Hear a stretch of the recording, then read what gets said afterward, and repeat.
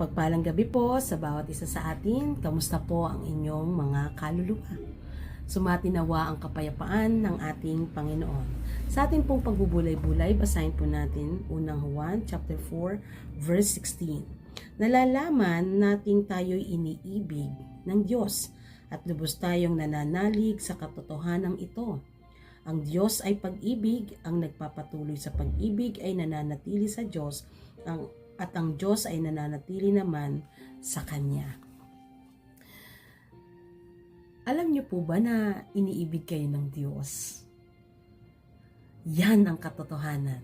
Sa gabing ito ng ating pagbubulay-bulay ay maramdaman natin ang pag-ibig ng Diyos, na ikaw ay niyayakap ng ating Panginoon at ipinapadama ang Kanyang pag-ibig sa iyong buhay.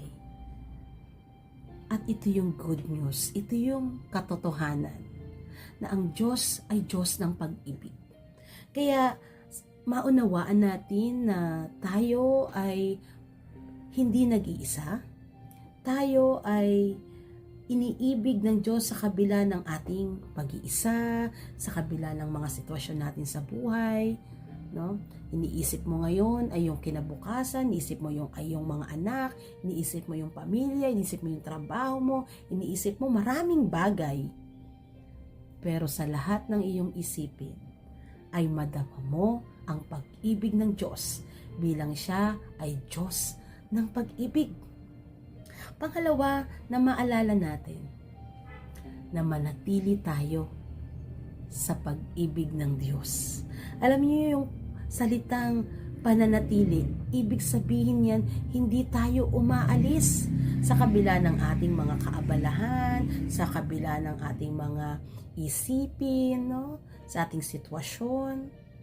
Nananatili po tayo. Hindi tayo umaalis.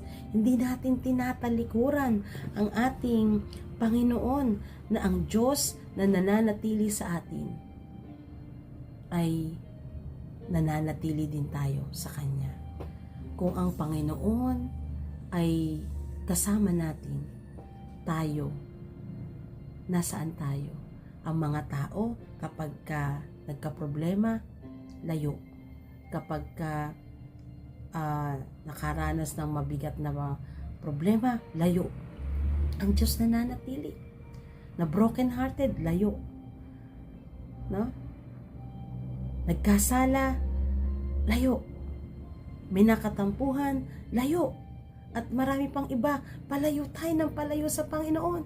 Samantalang ang Panginoon ay nananatili, na tayo ay hinihintay sa anumang sitwasyon ng ating buhay, na manumbalik tayo sa ating Panginoon, sapagkat ang Diyos ay pag-ibig.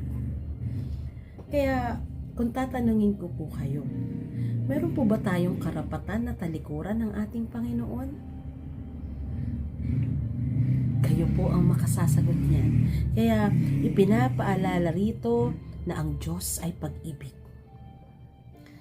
Ang Diyos ay pag-ibig, kaya naman magpatuloy tayo sa ating pag-ibig sa Panginoon sa pamamagitan ng ating mga pagsunod at paglilingkod. At kung tayo ay patuloy na susunod sa ating Panginoon, manatili tayo sa pag-ibig ng Diyos.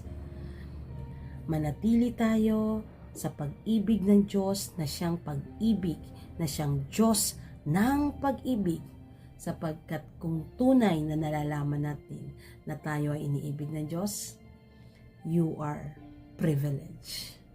You are so blessed. You are so blessed para kilalanin bilang anak ng Diyos. Hindi po ba't napakasarap sa pakiramdam na kilalanin ng Diyos? Ikaw, ako na makasalanan, ay binigyan ng karapatang maging anak ng Diyos, bilang tayo na mga tao ay tumanggap, sumunod, at ibinialay ang ating buhay sa ating Panginoon. Kaya sa iyo mga kapatid, iniibig ka ng Diyos. Tayo manalangin. Maraming salamat o Diyos sa pag-ibig mo. Maraming salamat sapagkat iniibig mo kami sa kabila na kami hindi karapat-dapat. Salamat, O Diyos, sapagkat dakila ka. Kaya't ang tanging dalangin namin, O Diyos, huwag kaming mapalayo sa inyo. Huwag kaming malayo sa pag-ibig mo. Kundi patuloy at patuloy kami na maglingkod, patuloy kaming sumunod, manatili kami sa iyong pag-ibig, at patuloy kaming umibig sa Diyos ng pag-ibig na siyang tumatawag sa amin, na siyang nag-aanyaya sa amin. Purihin ka, O Diyos, naririto po kami, naririto po ang iyong mga anak. Sila, O Diyos, na napalayo sa iyong pangalan, sa iyong kalwalatian, sa iyong pag-ibig, panumbalikin niyo po sila, O Diyos. Akayin niyo po sila pabalik sa inyo. Sila na mga naliligaw ng landas. Panginoong Diyos, manumbalik po sila sa inyo. Maranasan nila yung pagbabago na pagbabago sa kanilang buhay sa pamamagitan ng inyong kapangyarihan at kalwalhatian. Purihin ka po, O Diyos. Salamat po. At nawa, lagi namin ilalahanin ang dakilang pag-ibig ni Kristo sa aming buhay. Sa iyo ang papurit pasasalamat, O Diyos, sa tanging pangalan lamang ni Jesus. Amen. Amen. Mga kapatid, ang Diyos ay pag-ibig. God bless everyone.